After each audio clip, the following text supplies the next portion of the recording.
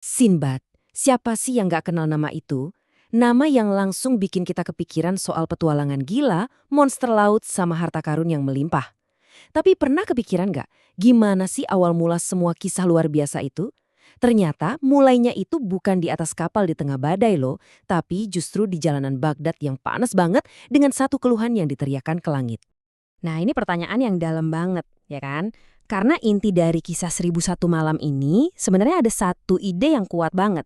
Kalau kadang obat buat jiwa yang lagi putus asa itu bukan emas, tapi pemahaman. Dan pemahaman itu datangnya dari sebuah cerita.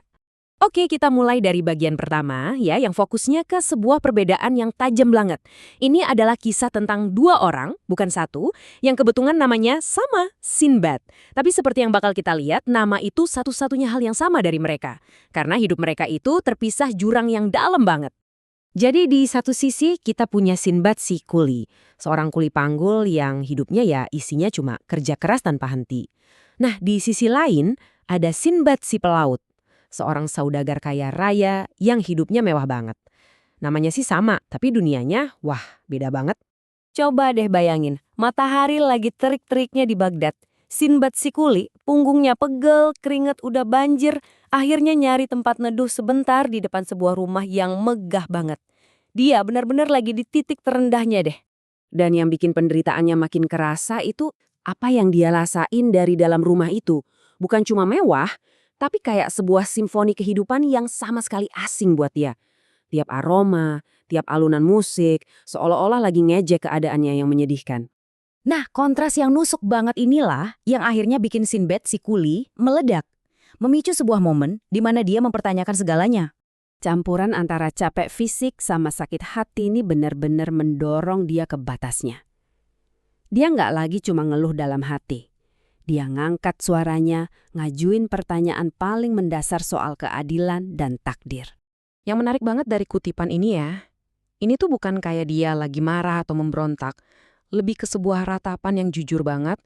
Dia nggak nyalahin Tuhan, tapi dia berusaha keras buat ngerti kenapa dunia ini diciptain dengan ketidaksetaraan yang kelihatannya nggak adil. Sambil ngeluh, dia tuh nyanyiin syair yang isinya ngegambarin ini dengan jelas banget.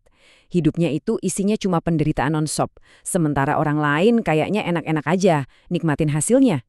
Pertanyaannya simpel banget, kenapa bisa gitu? Nah, pas Sinbad si kuli udah mau nyerah aja gitu, mau pergi, tiba-tiba sebuah pintu kebuka. Dan di momen inilah semuanya berubah. Kedengerannya simpel ya, cuma 3 langkah. Tapi dampaknya luar biasa. Dari putus asa di pinggir jalan, dia tiba-tiba ditarik masuk ke dunia yang barusan dia keluhkan. Dia nggak bisa nolak, takdir kayak narik dia masuk. Dan begitu masuk, wow. Apa yang dia lihat itu benar-benar di luar nalar dia. Perabotan mewah, taman yang indah, makanan enak, dan banyak pelayan. Ini bukan lagi sekedar rumah orang kaya, ini udah kayak istana. Dan kata-katanya ini nunjukin banget betapa kagetnya dia. Saking mewahnya, otaknya bahkan gak bisa mikir kalau ini rumah orang biasa. Buat dia, ini udah pasti potongan surga atau ya istana raja. Oke, sekarang kita sampai di bagian paling penting dari cerita pembukaan ini. Di dalam istana yang megah ini, terjadilah pertemuan yang bakal mengubah segalanya. Jawaban yang bakal diterima Sinbad si kuli atas keluhannya itu bukan emas atau perak, tapi sesuatu yang jauh-jauh lebih mengejutkan. Di tengah semua kemewahan itu, si tuan rumah nyapa dia dengan ramah. Dia nggak ngehakimin atau ngusir si kuli, tapi malah ngajuin pertanyaan simpel yang jadi awal dari dialog penting mereka. Dan inilah momen kuncinya. Ketawanya si tuan rumah itu bukan buat ngejek loh, tapi lebih ke ketawa karena nggak nyangka ada kebetulan kayak gini. Dua orang dari ujung dunia yang beda banget, ternyata punya nama yang sama. Jadi, ini poin pentingnya nih. Undangan ini bukan kebetulan sama sekali. Sinbad si pelaut ternyata dengar setiap kata dari keluh kesahnya si kuli. Dia nggak keganggu, justru sebaliknya, dia ngerasa perlu ngasih jawaban. Nah, ini dia argumen utamanya Sinbad si pelaut. Dia langsung nantang asumsi si kuli, kalau kekayaannya itu dateng gitu aja. Dia mau bilang, ini semua ada harganya loh, ada perjalanannya di balik semua kemewahan yang kamu lihat. Dan harga itu diukur dalam 7 perjalanan yang luar biasa. Angka 7 ini bukan cuma angka biasa ya. Ini simbol dari serangkaian ujian, penderitaan, dan kemenangan yang ngebentuk semua kekayaannya. Jadi, Sinbad si pelaut janji kalau ceritanya ini bukan cerita yang enak-enak aja.